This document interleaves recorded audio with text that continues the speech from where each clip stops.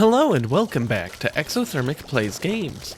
I'm Exothermic and the date today is Wednesday, September 18th, 2024. I've been doing a countdown of my favorite video games of all time through each day of the year, and coming in at number 105 is Plants vs. Zombies.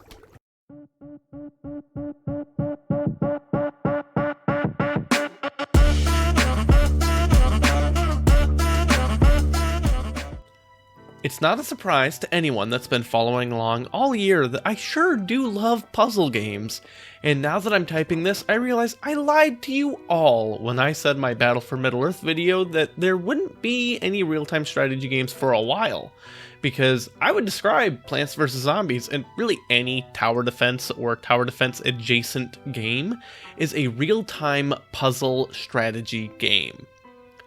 Plants vs. Zombies is a tower defense game where you must protect your lawn from zombies using plants. The regular game mode shows you an army of zombies, of which there may be many different kinds, and then you pick a loadout of cards representing different plants that you can use to protect yourself. At the end of your lawn, as a last line of defense, there's lawnmowers that will go in a straight line, eliminating just about anything in the way. Your lawn is made up of 5 lanes the zombies will march down, as your plant turrets shoot typically down those lanes as well. The loadout you use may be heavily determined not only by the zombies you're facing, but the yard you're in as well. It might be daytime or nighttime, and if you're in the backyard, there's a pool making several of your lanes predominantly water as well. You might even have to fight on your rooftop, which requires using pots of soil to plant everything. I'll start with explaining the regular yard in daytime. You'll need to plant sunflowers, which give you solar energy that you spend to plant everything else. You gain this naturally as well, technically from the grass in your lawn, but this really ramps up your economy to have a good amount of these sunflowers. Pea shooters are your basic turrets and shoot directly down the lane they're in and can shoot at anything as long as it's on the screen. There's loads of other turret plants too, like one that shoots snow peas, which slow zombies, or a Gatling gun that fires more rapidly, or a triple shooter that fires not only in its lane, but in the 2 next to it as well. As you build up your base, you'll want to protect your plants too. That's where walnuts come in, which act as shields. The small nuts stop most things, but you might run into, for example, pole vaulting zombies that can jump over them. So you can use a tall walnut to block that. There's tons of interactions like this, where one kind of zombie might get around your defenses in some way, so you can use a specialized plant to deflect it. Like, for example, there's a magnet plant that can grab the first metal thing that gets close to it, and refreshes after a while so it can grab another one. This can be poles for pole vaulters, buckets that work as defensive helmets, or really importantly, pickaxes from the digging zombies that burrow behind your whole army and attack from behind. There's loads to do just in the most basic yard in the daytime, but that's not all, of course. Nighttime is actually my preferred way to play. I'm not sure whether it's the aesthetics or mechanics I like more, but it's really cool. Your sunflowers can't make energy anymore, and you don't passively gain energy from the lawn either.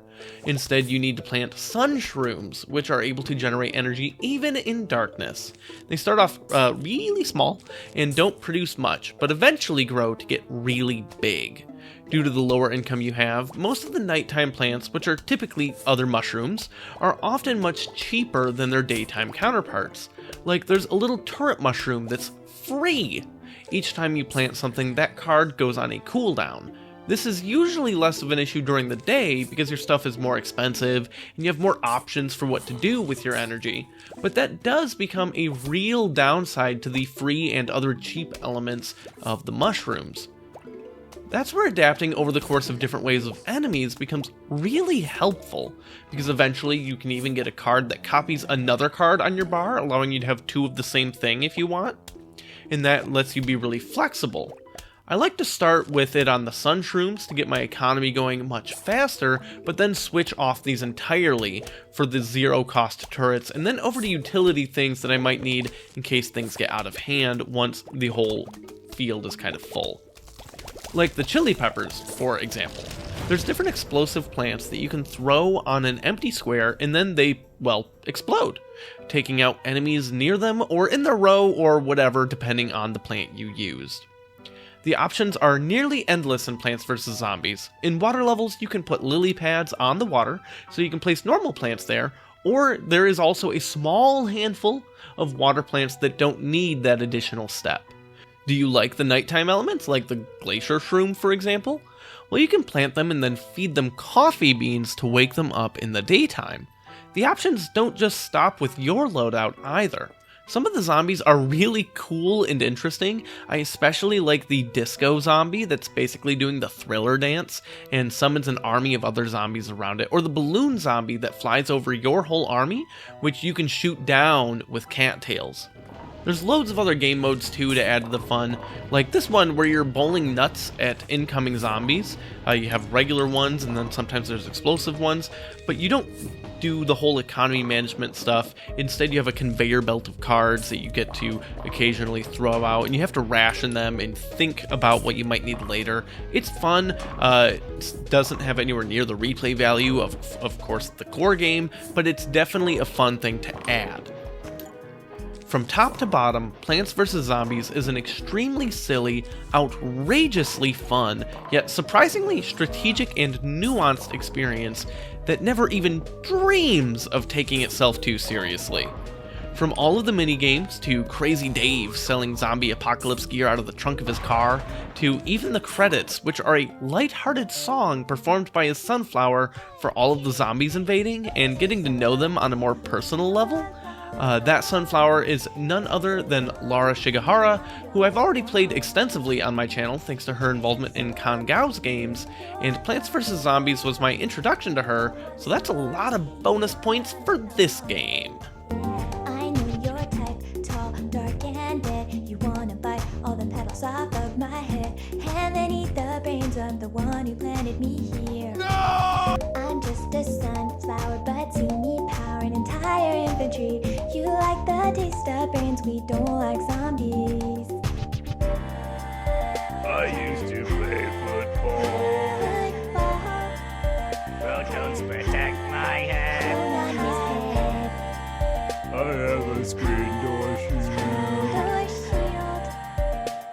We are the undead. Join me tomorrow as I talk about my 104th favorite game, where I play the highest ranked Flash game on the whole list.